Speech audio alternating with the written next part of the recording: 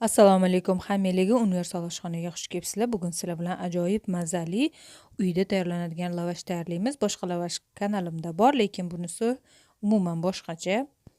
Birinchi ekranda ko'rib turgan mahsulotlarni tayyorlab olamiz. Videoni tagiga to'liq holda yozib qoldirishga harakat qilaman. Ko'rib turgan mahsulotinglar ketadi. Lavash xamiridan 3 ta katta xamirdan, 2 ta kichkina xamirdan foydalandim. Birinchi qiladigan ishimiz go'shtimizni yupqa parra qilib to'g'ri olamiz. Keyin yana 2-3 ta bo'laklarga kesamiz. Agar go'shtni juda ham mayda qilib yuborsanglar, lavash ichida ko'rinmay yo'q bo'lib ketadi.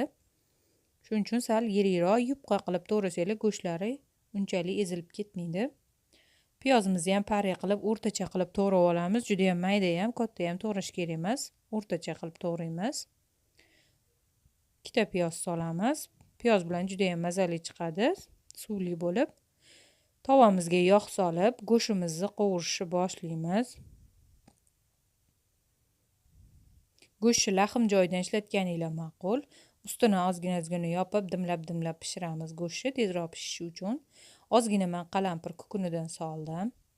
Ketidan piyoz solamiz. Tuz solamiz. Tuz va qalampir ham tabiiyligiga qarab solasizlar. Agar qalampir xohlamasanglar solmasligingiz mumkin, lekin ozgina achchiqroq bo'lsa juda ham mazali bo'ladi. Yarim stakan suv solib, pishgunicha dimlab qo'yamiz. Past olovda. Endi bu yerda sabzavotlarimizni tayyorlab olamiz. Hamma sabzavotlarimizni parra shaklda to'g'raymiz, yupqa qilib. Men oq piyoz ishlatdim, yangi piyoz, juda ham mazali, shirin, achchiq emas, shuning uchun yuvmadim. Salat barglarini katta yirik qilib to'g'rab olamiz. Agar salat barg topa olmasanglar, oddiy yangi karomni baylardan mayda qilib to'g'rasanglar ham bo'ladi. Pomidorimizni ham parra qilib to'g'rab olamiz. O'rtasidan kesib tayyorlaymiz. Endi qatig'imizga tenga-teng mayonez solamiz. Ustidan qora murch, tuz solamiz. 4 ta chesnogimizni pressdan chiqarib solamiz yoki to'g'rab solishingiz ham mumkin. Yaxshilab aralashtiramiz, juda ham mazali sous hosil bo'ladi. Bu arada go'shtimiz pishgan, ozgina sovigan. Endi boyaga sousimizni lavash xamirimizga suramiz, qiyma qo'yadigan joyimizga. Birinchi salat barglarini terib olamiz. Endi go'shtimizni qo'yib chiqamiz. Go'sht juda ham qaynoq bo'lishi kerak emas, xamirni eritib yoradi. Iliqroq yoki sovuqroq bo'lishi kerak. Ustidan oq piyozimizni qo'yamiz. Pomidorlarimizni terib chiqamiz ustiga. Bodring. Hamma mahsulotlarimizni ketma-ketlikda teramiz. Ustidan ketchup quyib chiqamiz. Ketchupi juda ham ko'p, kam bo'lib ketmasin, bo'lsa uyib ketadi. Yaxshilab zich qilib o'rab olamiz. Birinchi lavashimiz tayyor, idishga qo'yib turamiz. Keyingilarni ham xuddi shunaqa qilib hammasiga masalliqlarni ketma-ketlikda solib tayyorlab olamiz. Agar sizlarda yangi piyoz bo'lmasa, oddiy piyozimizni to'g'ragandan keyin yaxshilab yuvib, achchig'ini chiqarib tashlab, keyin solishingiz mumkin. Bo'lmasa lavash achchiq bo'lib qoladi. Menda yangi piyoz bo'lgani uchun yuvmadim. Xuddi shu 5 ta lavashga 2 ta pomidor, 2 ta bodring ketdi.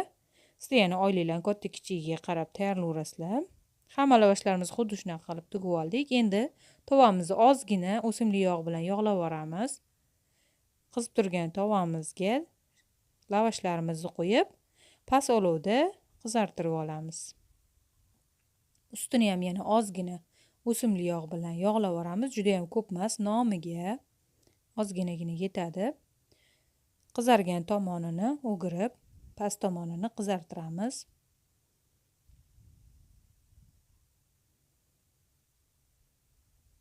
Lavashlarimizni yonini ham qizartirib olamiz ozgina. Chunki ko'pincha ko'chalarda xarid qilib yeganimizda yonlari xamir bo'lib pishmay yotgan bo'ladi, uvol bo'ladi. Shuning uchun yonlarini qizartirib olamiz. Mana lavashimiz tayyor. Juda ham mazali, uyda tayyorlaganinglar baribir ishonchli, foydali bo'ladi.